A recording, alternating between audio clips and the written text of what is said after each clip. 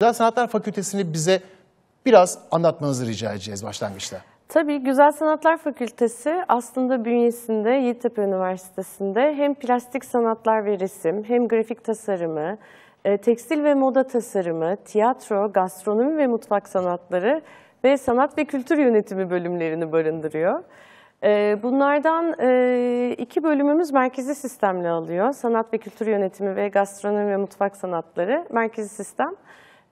Grafik tasarımı, plastik sanatlar ve resim, tekstil ve moda tasarımı, tiyatro bölümleri de yetenek sınavıyla öğrenci alıyorlar. Ama yine tabii üniversite sınavına girmiş olmaları gerekiyor. Tabii ki.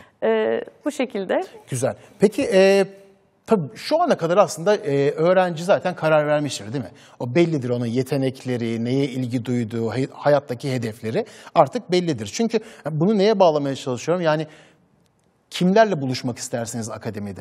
Ya karşınıza nasıl evlatların, öğrencilerin gelmesini, onların sizden talep eden birisi mi olmasını istersiniz, yoksa gelsin, gitsin, öyle hayatını idame ettirsin. O tipoloji nedir hocam?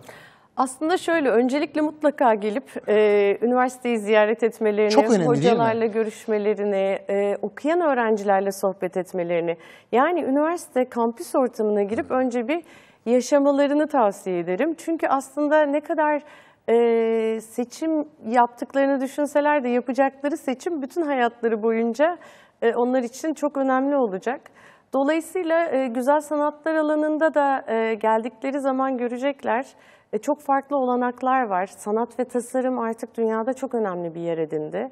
İletişim çağında yaşıyoruz. Yaratıcı endüstrilerin, kreatif endüstriler diyoruz, yükseldiği bir dönemdeyiz. Evet. Her şeyin içinde aslında bir sanatsal bakış açısı, bir tasarım düşüncesi, hatta büyük firmalar artık tasarım düşüncesini hep sistemlerine dahil ediyorlar. Dolayısıyla gelip gördükleri zaman bu alanda çalışabilecekleri olanakları tanıma, sohbet etme imkanları var.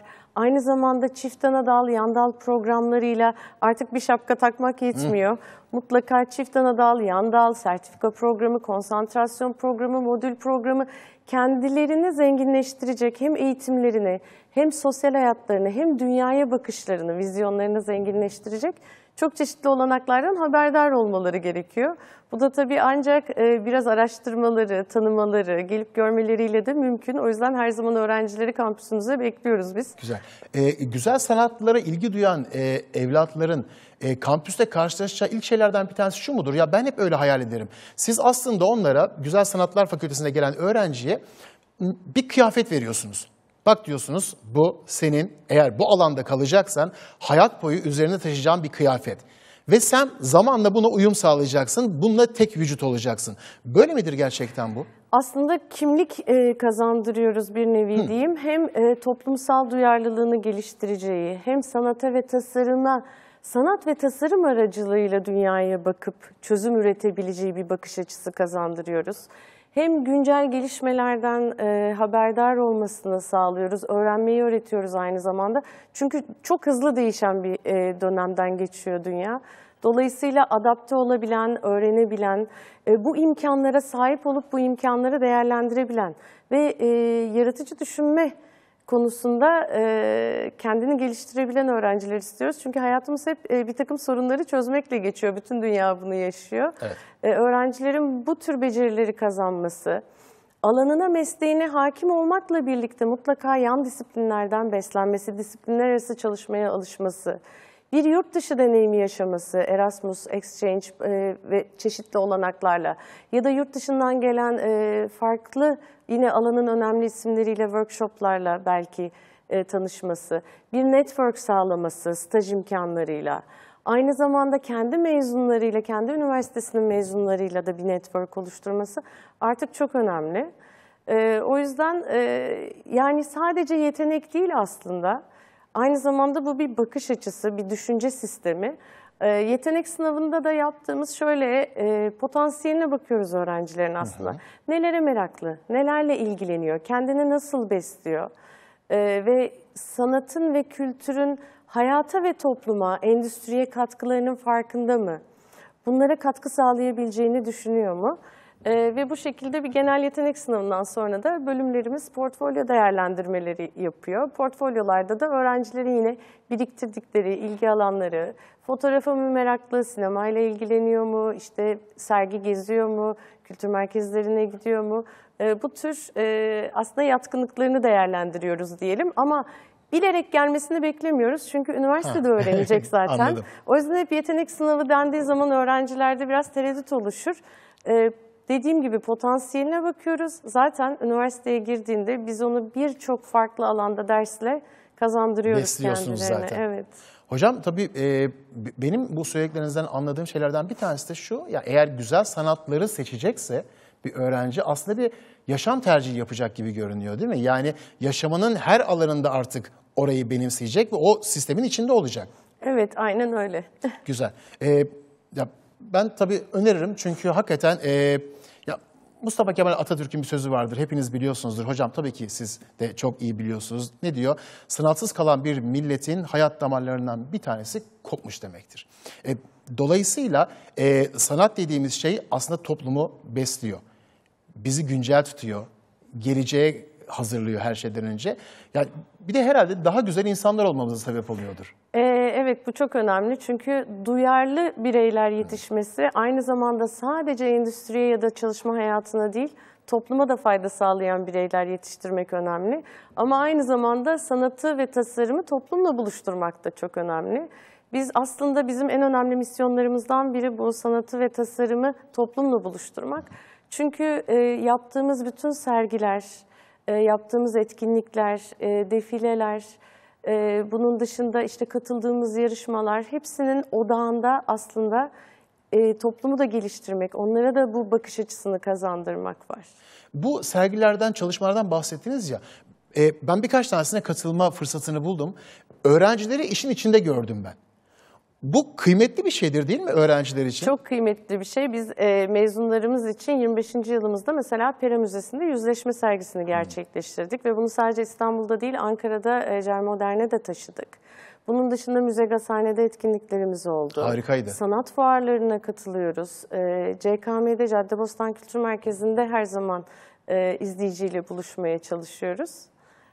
Bu şekilde hem hocalarımız yani akademisyenlerimiz, bu arada tabii hem üniversitede tam zamanlı akademisyenlerimiz var hem de aynı zamanda part-time dediğimiz dışarıdan, sektörden de canlı, güncel bilgileri aynı zamanda öğrenciyle buluşturacak çok sayıda hocamız bulunuyor. Orada hedeflenen o mudur hocam? Yani güncel bilgileri, sektörün deneyimlerini hızlıca aktarmak mıdır? Tabii çünkü şimdi sektörde çalışanların da öğrenciye getirdiği çok farklı bilgiler var, bir deneyim var. Ve aynı zamanda kazandırdıkları bağlantılar, network dediğimiz şeyler, staj olanakları var. Anladım. Bunlar hep öğrencilerin önünde açılıyor. Ve katıldıkları yarışmalar da ulusal ve uluslararası çok sayıda sergi, yarışma, sanat fuarı. Hani bunlar da aynı zamanda onlara birçok insanla tanışma fırsatı, kendilerini tanıtma fırsatı sağlıyor. Dolayısıyla ve toplumsal duyarlılık anlamında da dediğim gibi topluma da bunları kazandırmak için oldukça güzel bir olanak tanıyor. Tabii orada hem dediğiniz gibi sektördekiler öğrencilerle bir araya geliyor. Aslında da öğrenciyi bir şekilde orada hani deyim yerindeyse avlamak derler ya beyin avcılığı gibi. Orada avlıyor. Öyle şeyler de olabiliyor mu hocam? Tabii çünkü gençlerimiz çok yaratıcı, çok dinamik. Yabancı dil eğitim veriyoruz zaten. Hani yurt dışı staj imkanları veya dediğim gibi işte workshoplar vasıtasıyla tanışma imkanları oluyor. Siz ortamı hazırlıyorsunuz onları Evet, aslında. biz ortamı hazırlıyoruz. Biz bir tanışma ortamı sağlıyoruz. Güzel. Bir bakış açısı kazandırıyoruz aslında. Ve bunu aynı zamanda çevremizle de paylaşmaya çalışıyoruz. Tabii yabancı dili de iyi öğreniyor. Çok zengin, evet. İyi öğreniyor olmaları tabii onların aslında güzel sanatlar dediğimiz evrensel bir alandan bahsediyoruz değil mi? Yani oradaki bölümlerden mezun olacak bir arkadaşımız zaten İstanbul'daki, Konya'daki, Ankara'daki, Diyarbakır'daki evinde mezuniyetten sonra oturup işte İngiltere'ye veya Çin'e veya Rusya'ya iş yapabilecek durumda. Tabii artık sınırlar oldukça kalktı aslında zaten internet sayesinde de uluslararası çalışma imkanları çok fazla ama onun dışında da zaten Amerika'da, Kanada'da, İngiltere'de, Almanya'da çok sayıda eski mezunumuz var. Onlar da hala öğrencilerimizle iletişim halinde. Hatta bazen onları davet ediyoruz veya online konuşmalar düzenliyoruz. Kendi deneyimlerini öğrencilerle paylaşsınlar diye. Onlar da örnek oluyorlar, çok güzel. Tam onu soracaktım size. Mezunların nasıl bir rolü var diyecektim sizin alanınızda. Bizim alanımızda mezunlarımız çok kuvvetli. Şöyle söyleyeyim, yani kendi alanım için grafik tasarım alanında da İstanbul'daki birçok büyük ajansta zaten mezunlarımız çalışıyor sanat yönetmeni olarak. Yurt dışında da aynı şekilde ve mezunlar birbirinden aslında destek alıyor.